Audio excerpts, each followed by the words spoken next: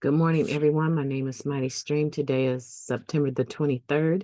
I'm going to do your Just for Today in a meditation brought to you by Hope Through Navigation. This is our Hood Recovery Services, and you can reach me at recoveryofhope21@gmail.com. Let's go ahead and get into our meditation. As they say, better late than never. Okay, this one is dealing with gossip. In accordance with the principles of recovery, we try not to judge, stereotype, or moralize with each other. Basic text, page 11. Let's face it, in Narcotics Anonymous, we live in a glass house of sorts. Our fellow members know more about our personal lives than anyone has ever known before. They know who we spend our time with, where we work, what step we're on, how many children we have, and so forth. And what our fellow members don't know, they will probably imagine. We may be unhappy when others gossip about us. But if we withdraw from the fellowship and isolate ourselves to avoid gossip, we also rob ourselves of the love, friendship, and unparalleled experience with recovery that our fellow members have to offer. A better way to deal with gossip is to simply accept the way things are and the way we are and live our lives according to principles. The more secure we become with our personal program, the decisions we make, and the guidance we receive from a loving God, the less the opinions of others will concern us. Just for today, I am committed to being involved in the NA fellowship. The opinion of others will not affect my commitment to recovery. That's a beautiful meditation. It's one that is very fundamental for individuals working a program, right? Not necessarily for the newcomer, because the newcomer may have some tendencies towards gossip, or we already know using causes us to lose a lot of social graces.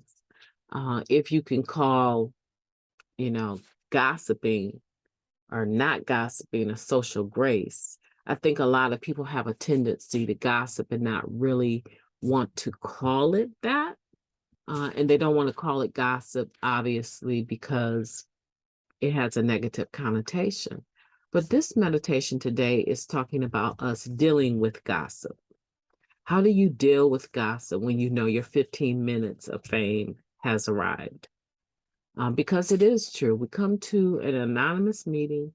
People may not know our last names, but if they're in the community with us, they probably know who we are. We talk about what goes on at work. We talk about our relationships. We talk about our children, our health.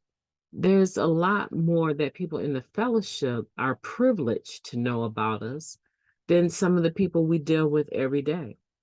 And they, generally speaking, in the fellowship at the meetings, they know more about how we personally, truly, authentically, genuinely feel about certain situations, then maybe we can muster the courage to communicate to the people that are really in our everyday lives, that do know our last name, that do call us mom or grandma or auntie or sister or brother or dad or father, right? So the people in the meetings, sometimes they have like the inside scoop, and it becomes a problem in our minds when they are discussing our inside scoop. I just want to remind you, none of us are going to sit here and say gossip is okay. And we often say what's said in the meeting stays in the meeting. But the problem is sometimes the people within the meeting are doing the talking. And so they think when they're in their own circles that it's okay to talk about what has been said or what we've said amongst themselves because they were all there. And you hear people sometimes say, well, I'm not trying to break so-and-so's anonymity because they're right here, or we were all there, right? All the people they're talking to, we were all there when so-and-so said it. That's still gossip. But how do you deal with that? Because we don't like it. And if we really are truthful about it and we look at our own lives, we probably engage in gossip at some point in time. I'm sure we all have and do, right? So what do you do about it when it comes up, when it's your turn to endure it? It makes no sense to get upset about it. You can't control people, places, and things, nor can they control you. They're gossiping about your decisions or your problems. Is not going to change what you need to do or how you do it. It might change your attitude when you come to a meeting, but I wouldn't let it, right? They told me if I couldn't keep it, why did I expect anyone else to keep it, right? Because we're dealing with faulty human beings that are working on changing how they present themselves on a day-to-day basis. So this is what I do.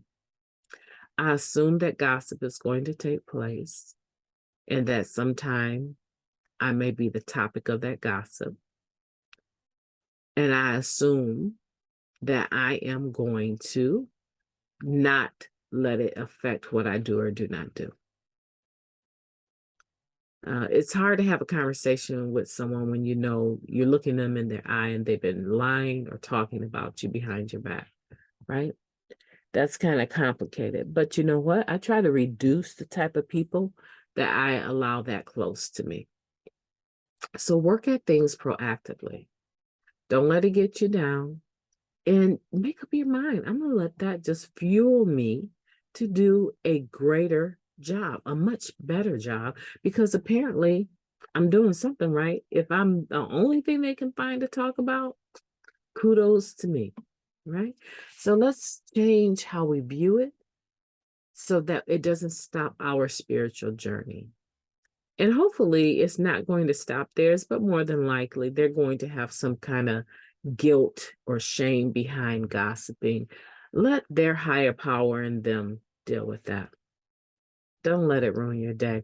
My name is MightyStream. I've enjoyed talking to you, and I am going to be talking to you tomorrow, God willing. But I want for you to have a beautiful day on purpose.